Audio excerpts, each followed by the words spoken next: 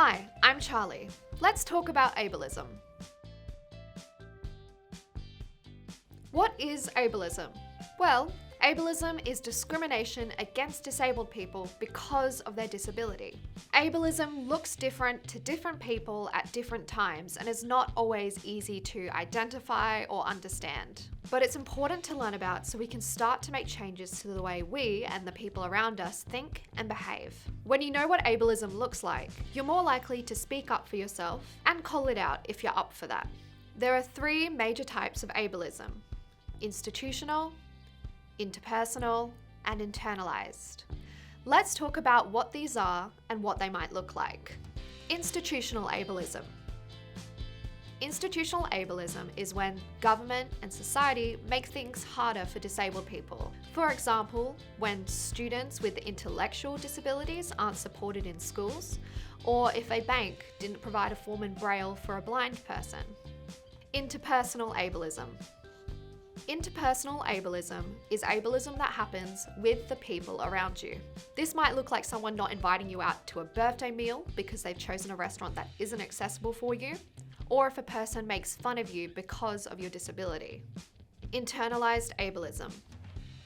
Internalized ableism is any kind of ableism you might think or feel as a disabled person. When so many things and people in society tell us we aren't good enough or that we are broken, you might start to feel like your disability makes it all too hard. This is not true.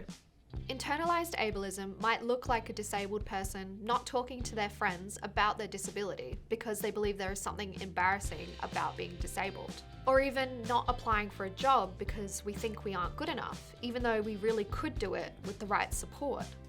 So, institutional ableism is ableism from society, interpersonal ableism is ableism from other people, and internalized ableism is ableism from yourself.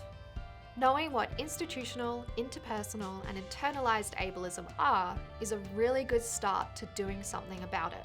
Here are a few ways you can practice calling out ableism. Try saying, "I have a right to access this restaurant." Or you could say, "Please don't have low expectations of me." Or you could try, "I want to be involved. Let's figure out a way to make that happen." Sometimes people don't realize they are being ableist, but it's good to call it out rather than ignore it. That way, more people can be aware of ableism. Just remember, if you are made to feel bad because of your disability, that is ableism. We would love to hear from you. What can the people around you do to make you feel more accepted and welcome?